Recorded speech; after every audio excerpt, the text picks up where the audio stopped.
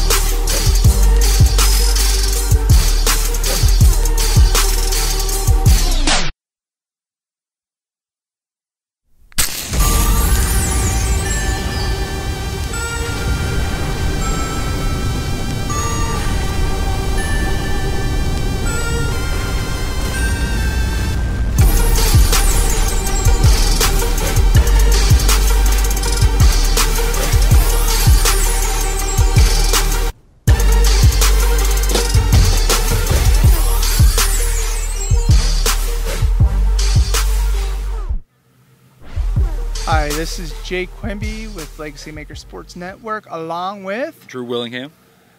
We are here for day 4 of Redskins training camp, and we're starting to see some of the battles unfold.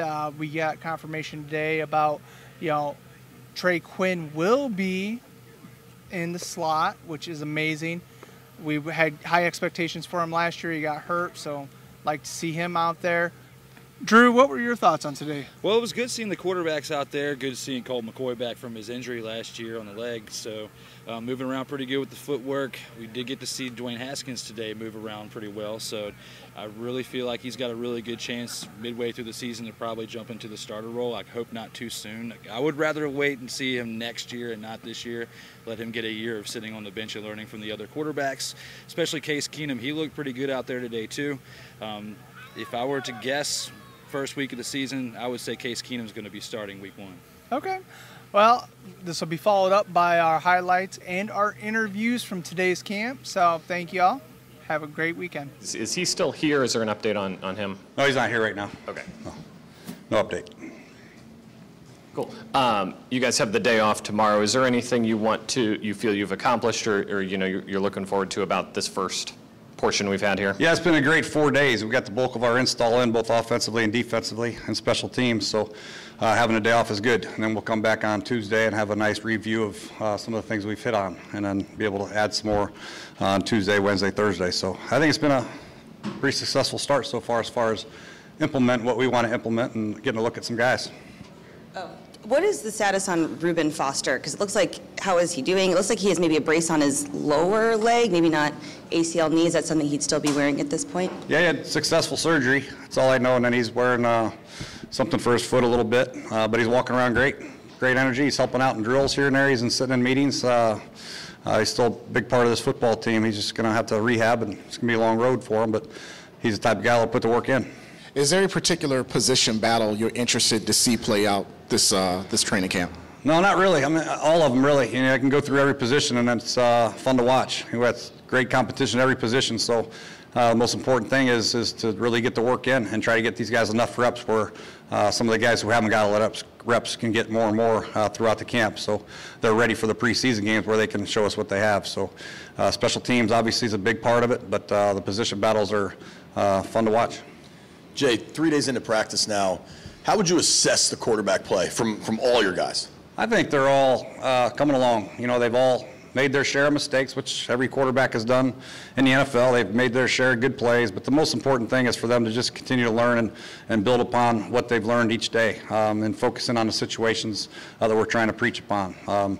Big thing is also making sure they protect themselves, in the protections. We've had a couple protection assignment errors, but the quarterback can fix them, and those are the big things I'm worried about. And then obviously getting used to the terminology and the structure of each play.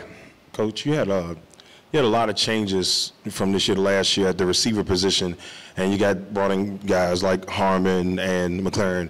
What are your thoughts on the receiver position going into camp with guys like Trey Quinn and everything like that? Yeah, it's a good group. You know, Cam Sims has come back from the injury, made some big-time splash plays. Rob Davis, watching him come back off his injury, he's starting to get more and more. You can see him getting more confident in his leg and his movement. He's doing pretty good.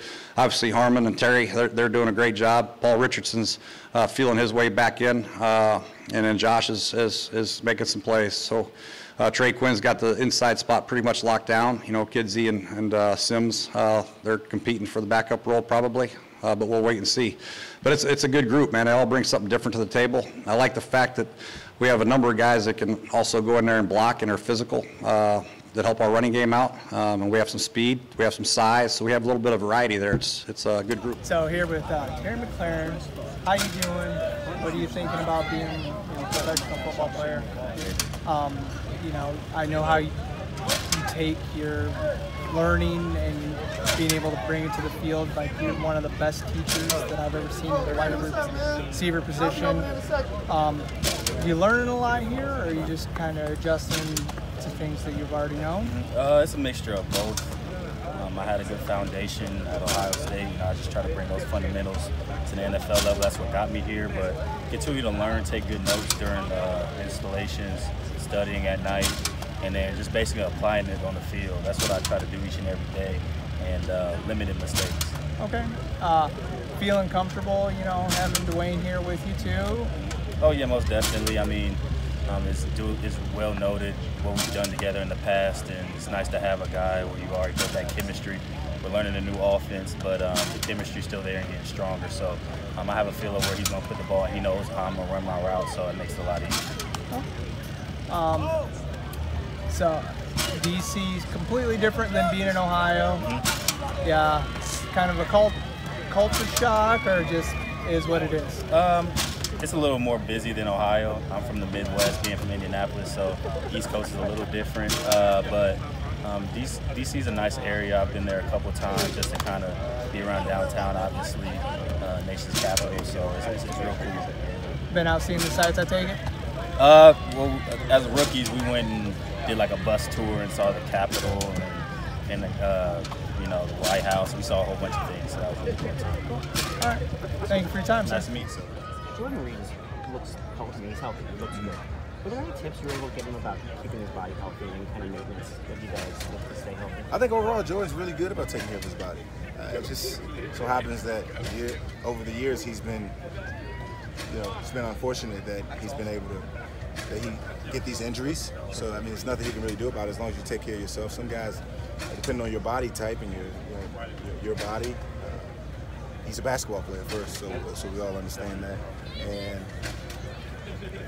you know, it's just the nature of his body type. He can't help it. He can work out like myself. I can work out all day, but sometimes you get these injuries that you can't control.